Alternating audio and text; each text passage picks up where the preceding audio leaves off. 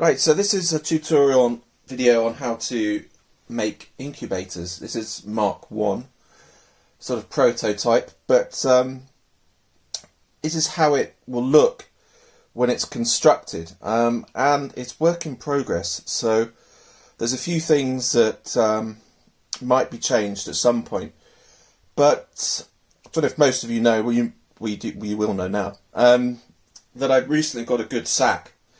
Now the way I'm going to show you now isn't the way I did it originally, so I'm going to show you both ways of doing it.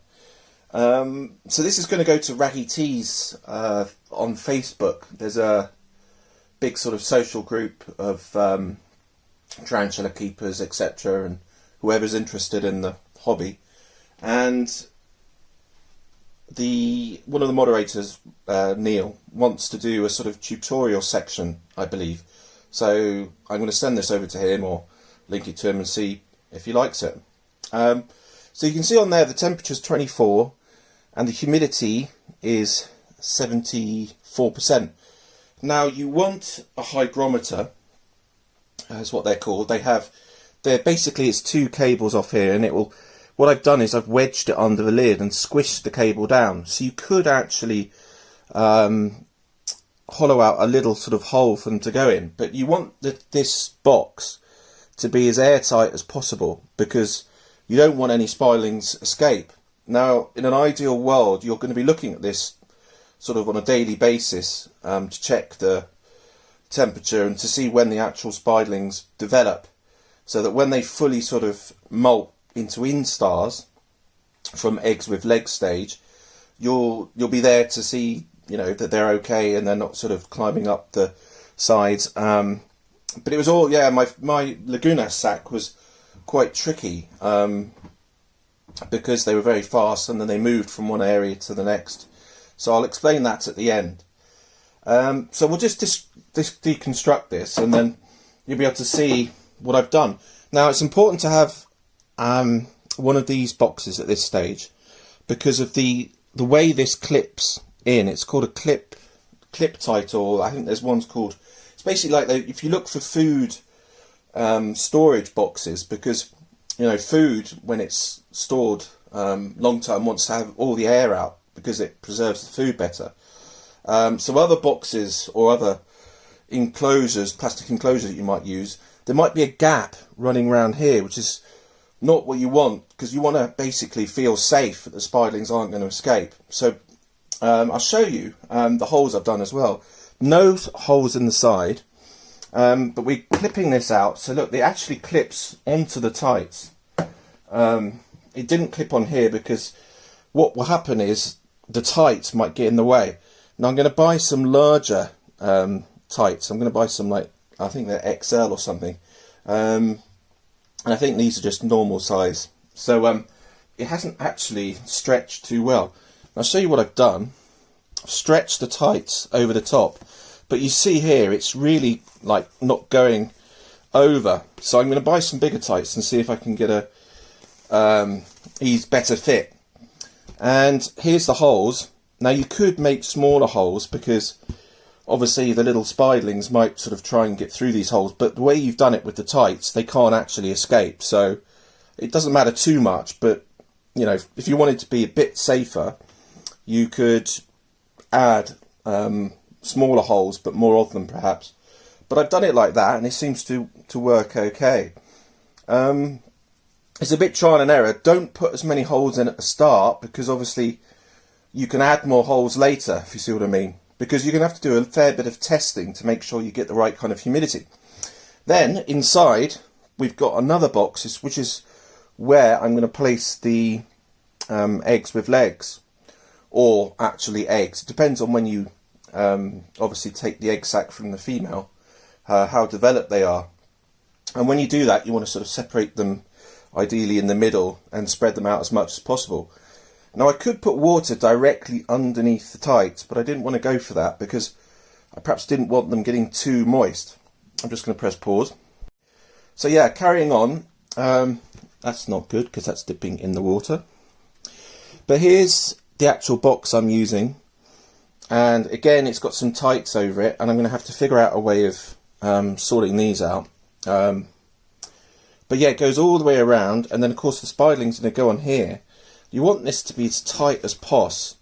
And I might figure out a way of sort of stapling this into the plastic so that it's tight, in case, you know, you don't want them to sort of sag. But in theory, the eggs don't weigh much, so they should be okay on there. And here's the water that I'm using. Now you can see this is quite a large, well, not large, but sort of, it's got a good surface area. And that will mean that you get up to about 70 or 74%. Now previously I've tried it with this, which is better, I believe, because, well, in a sense it's better because I put 2 of them in there. Because when I put this in, there's more space to move around. It's a bit tight in here. So as I said, this is Mark 1, and I might try and find a bigger version of this so that there's more space to move in. More space to move around. Because you're going to go in at some stage to perhaps move them or pull out the sort of, pull out this inner box. Yeah, so if I find a bigger box, I'll update this video with some links. So that's it pretty much. And then obviously that goes in. You put your tights on here and then clip it in place.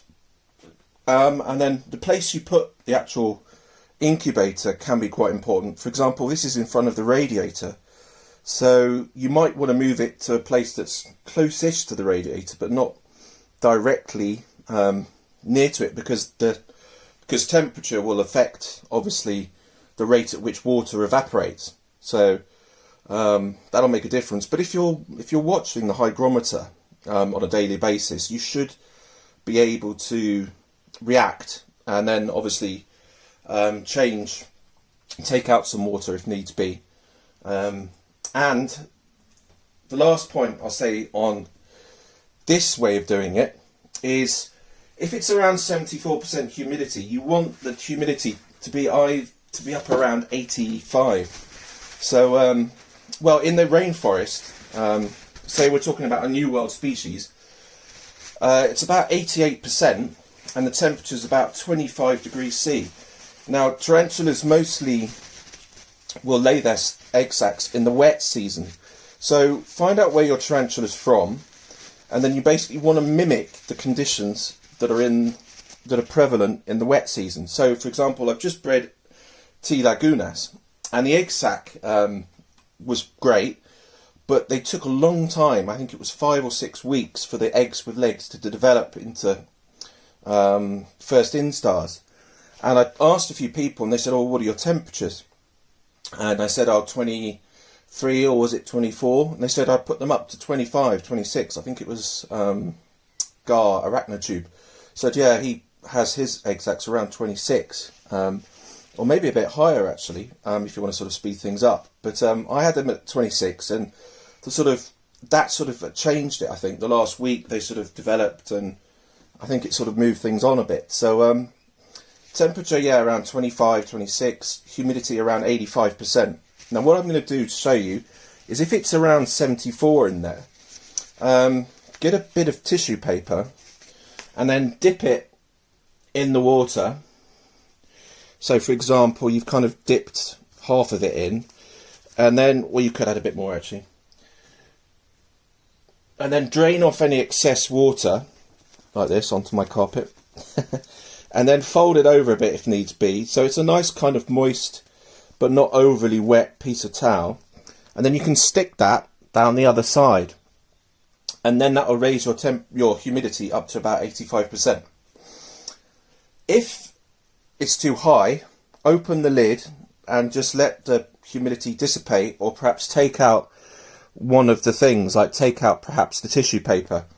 The main thing, I think, with keeping tarantula eggs sort of healthy is make sure the temperature stays up and the humidity stays up as much as possible, but you don't want it getting overly stale and sort of nasty stale air in there.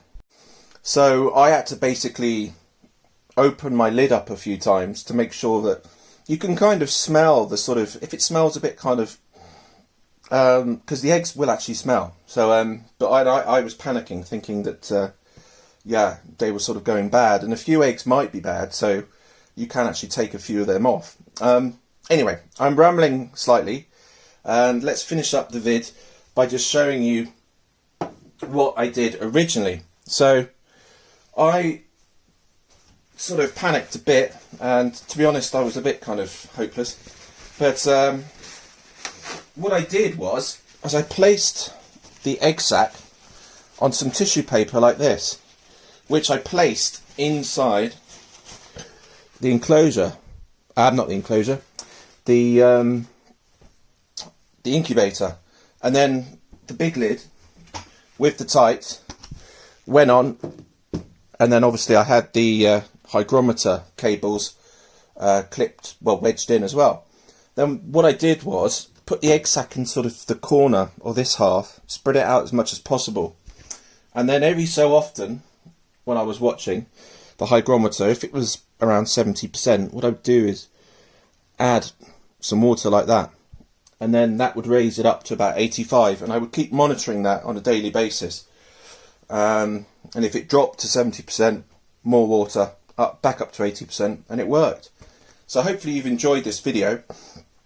If you've got any opinions, then far away, and if anyone wants the link or let me know of any other really good videos on incubators, then hopefully we can build up a sort of good knowledge base, and I'm not saying this is the be all and end all way of doing it, but I believe it's a cheap and effective way of raising slings, and it's worked for me. So cheers.